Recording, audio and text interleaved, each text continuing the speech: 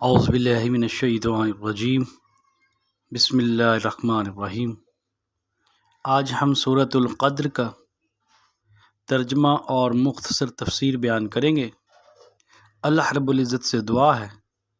کہ اللہ ہمیں سے صحیح بیان کرنے اور اس پر عمل کرنے کی توفیق عطا فرمائے۔ انا انزلناہ فی لیلۃ القدر، ہم نے اس قرآن کو شب قدر میں نازل کیا ہے۔ وما ادراک ما لیلۃ القدر، اور تم کیا جانو کہ شب قدر کیا ہے۔ لیلۃ القدر خیر من الف الشہر، شب قدر 1000 مہینوں سے زیادہ بہتر ہے۔ تنزل الملائکۃ والروح فیہا باذن ربہم من کل امر، فرشتے اور روح اس میں اپنے رب کے اذن سے ہر حکم لے کر اترتے ہیں۔ سلام ہی حتی مطلع الفجر، وہ رات سراسر سلامتی ہے طلوع فجر تک۔ پہلی ہی آیت کے لفظ القدر کو اس سورہ کا نام قرار دیا گیا۔ اس کے مکی اور مدنی ہونے میں تھوڑا اختلاف ہے۔ ابو حیان نے البحر المحیط میں دعویٰ کیا ہے کہ اکثر اہل علم کے نزدیک یہ سورت مدنی ہے۔ علی بن احمد الواحدی اپنی تفسیر میں کہتے ہیں کہ یہ پہلی سورت ہے جو مدینے میں نازل ہوئی۔ بخلاف اس کے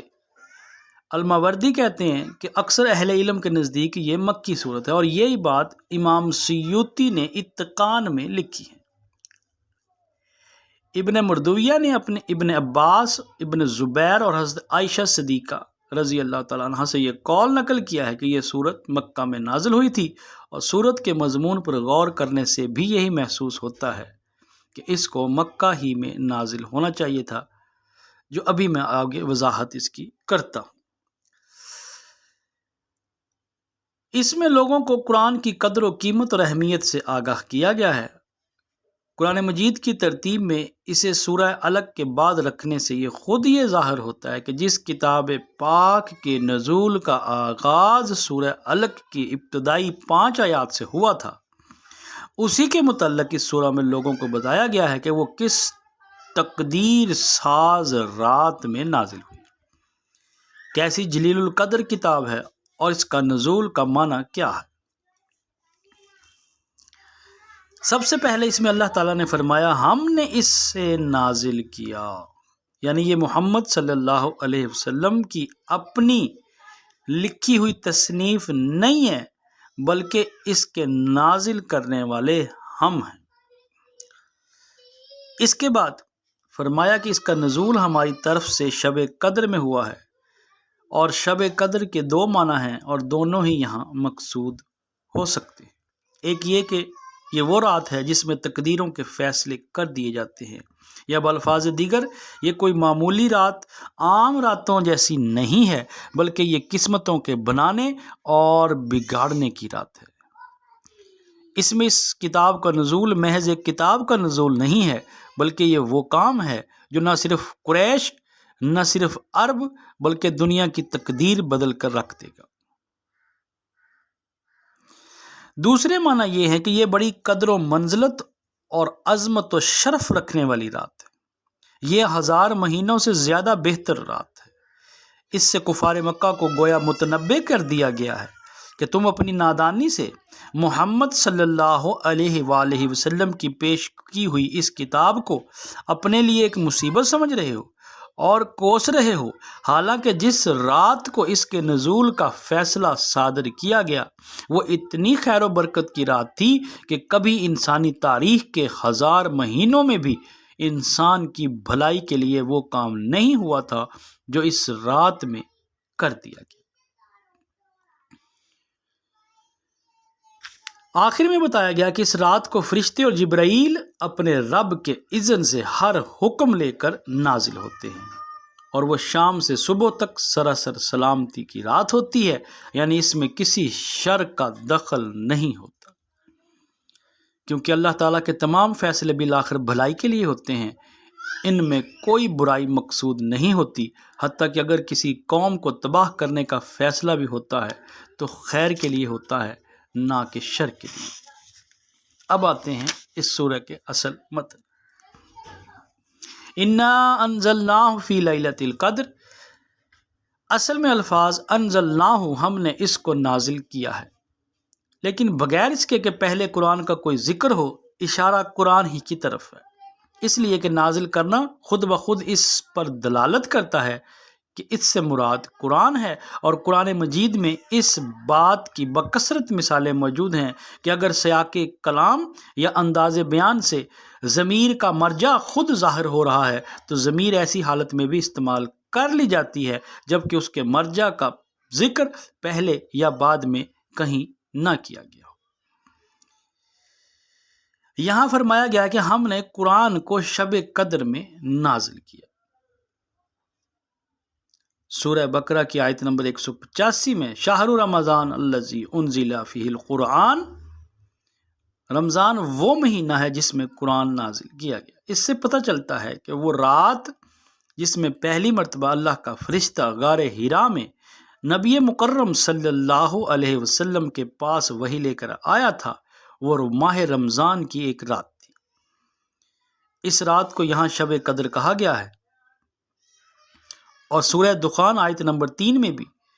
اسی کو مبارک رات فرمایا گیا ہے۔ انا انزلناہ فی لیلۃ مبارکۃ، ہم نے اسے ایک برکت والی رات میں نازل کیا۔ اس رات میں قرآن مجید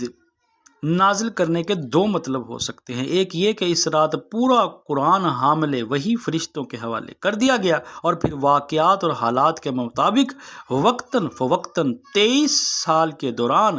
جبرائیل علیہ السلام اللہ کے حکم سے اس کی آیات اور صورتیں رسول مکرم صلی اللہ علیہ وسلم پر نازل کرتے رہے۔ یہ مطلب ابن عباس رضی اللہ تعالیٰ عنہ نے بیان کیا ہے۔ دوسرا مطلب یہ ہے کہ قرآن کے نزول کی ابتدا اس رات سے ہوئی، یہ امام شعبی کا قول ہے، اگرچہ ان سے بھی دوسرا قول وہی منقول ہے جو ابن عباس کا ہے۔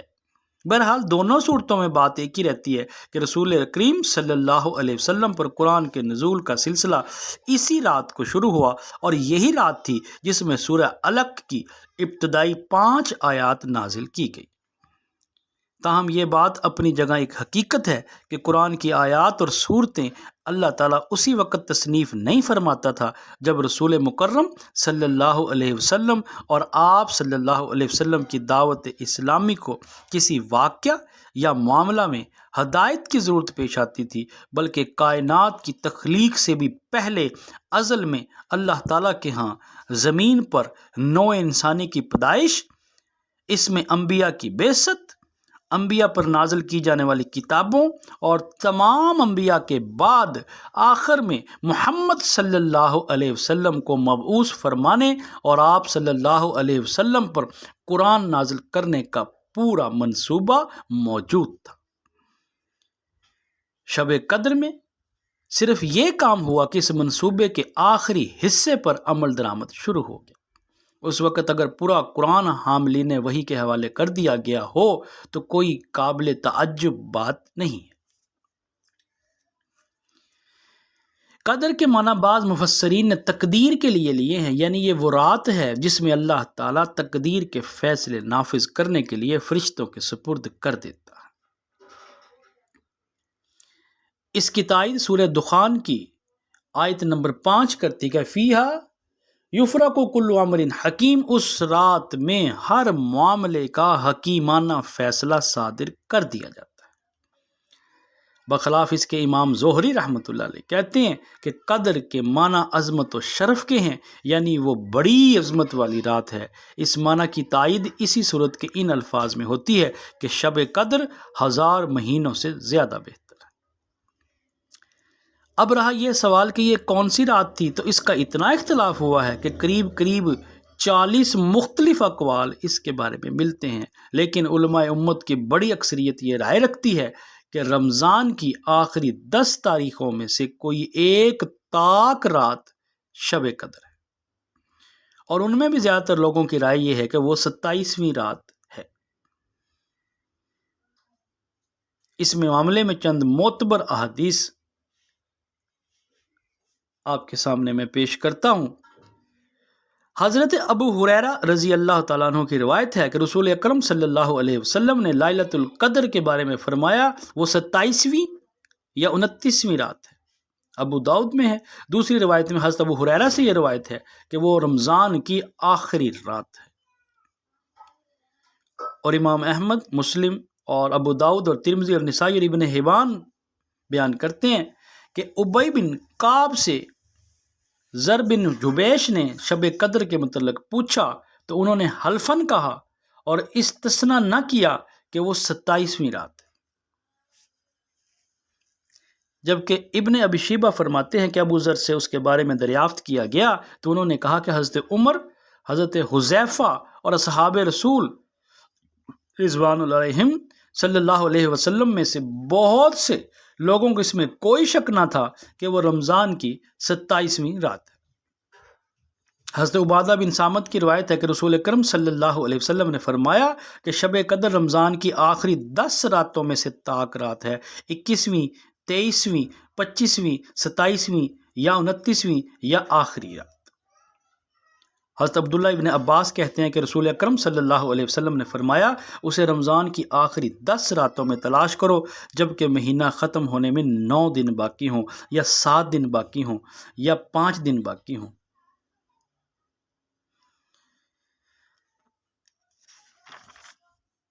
حضرت عائشہ صدیقہ رضی اللہ تعالیٰ عنہ کی روایت ہے کہ رسول اکرم صلی اللہ علیہ وسلم نے فرمایا کہ شب قدر کو رمضان کی آخری 10 راتوں میں سے تاک رات میں تلاش کرو۔ حضرت عائشہ، حضرت عبداللہ ابن عمر کی یہ بھی روایت ہے کہ رسول مکرم صلی اللہ علیہ وسلم نے تازیست رمضان کی آخری 10 راتوں میں اعتکاف کیا، یعنی ساری زندگی آپ صلی اللہ علیہ وسلم نے مرتے دم تک آخری 10 راتوں میں رمضان کے مہینے میں اعتکاف کیا کرتے تھے۔ اس معاملے میں جو روایات حضرت معاویہ، حضرت ابن عمر، حضرت ابن عباس رضوان علیہم اور دوسرے بزرگوں سے مروی ہے، ان کی بنا پر یہ علماء سلف کی بڑی تعداد 27ویں رمضان ہی کو شب قدر سمجھتی ہے۔ غالباً کسی رات کا تعین اللہ اور اس کے رسول کی طرف سے اس لیے نہیں کیا گیا کہ شب قدر کی فضیلت سے فیض اٹھانے کے شوق میں لوگ زیادہ سے زیادہ راتیں عبادت میں گزاریں اور کسی ایک رات پر اکتفا نہ کریں۔ یہاں جو سب سے اہم سوال، امپورٹنٹ بات پیدا ہوتی ہے کہ جس وقت مکہ معظمہ میں رات ہوتی ہے اس وقت دنیا کے ایک بہت بڑے حصے میں دن ہوتا ہے، اس لیے ان علاقوں کے لوگ تو کبھی شب قدر کو پا ہی نہیں سکتے۔ تو میرے بھائیوں، اس کا جواب یہ ہے کہ عربی زبان میں اکثر رات کا لفظ دن اور رات کے مجموعے کے لیے بولا جاتا ہے، اس لیے رمضان کی ان تاریخوں میں سے جو تاریخ بھی دنیا کے کسی حصے میں ہو،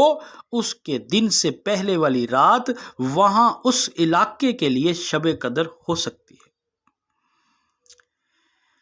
لیلۃ القدر خیر من الف شہر،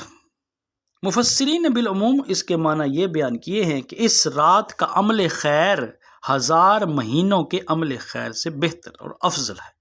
جن میں شب قدر شمار نہ ہو۔ اس میں شک نہیں کہ یہ بات اپنی جگہ درست ہے، اور رسول مکرم صلی اللہ علیہ وسلم نے اس رات کے عمل کی بڑی فضیلت بیان کی ہے۔ چنانچہ بخاری و مسلم میں حضرت ابو ہریرہ رضی اللہ تعالیٰ عنہ کی روایت ہے کہ حضور صلی اللہ علیہ وسلم نے فرمایا کہ جو شخص شب قدر میں ایمان کے ساتھ اور اللہ کے اجر کی خاطر عبادت کے لیے کھڑا رہا، اس کے تمام پچھلے گناہ معاف کر دیے جائیں گے۔ اور مسند احمد میں حضرت عبادہ رضی اللہ تعالیٰ عنہ بن صامت کی روایت ہے کہ رسول اکرم صلی اللہ علیہ وسلم نے فرمایا شب قدر رمضان کی آخری 10 راتوں میں ہے، جو شخص اس کے اجر کی طلب میں عبادت کے لیے کھڑا رہا، اللہ اس کے اگلے پچھلے گناہ معاف کر دے گا۔ لیکن آیت کے الفاظ یہ نہیں ہیں کہ العمل فی لیلۃ القدر خیر من عمل فی الف شہر، شب قدر میں عمل کرنا 1000 مہینوں میں عمل کرنے سے بہتر ہے، بلکہ فرمایا یہ گیا ہے کہ شب قدر 1000 مہینوں سے بہتر ہے، اور 1000 مہینوں سے مراد بھی گنے ہوئے 83 سال 4 مہینے نہیں، بلکہ اہل عرب کا یہ قاعدہ تھا کہ بڑی کثیر تعداد کا تصور دلانے کے لیے وہ 1000 کا لفظ بولتے تھے۔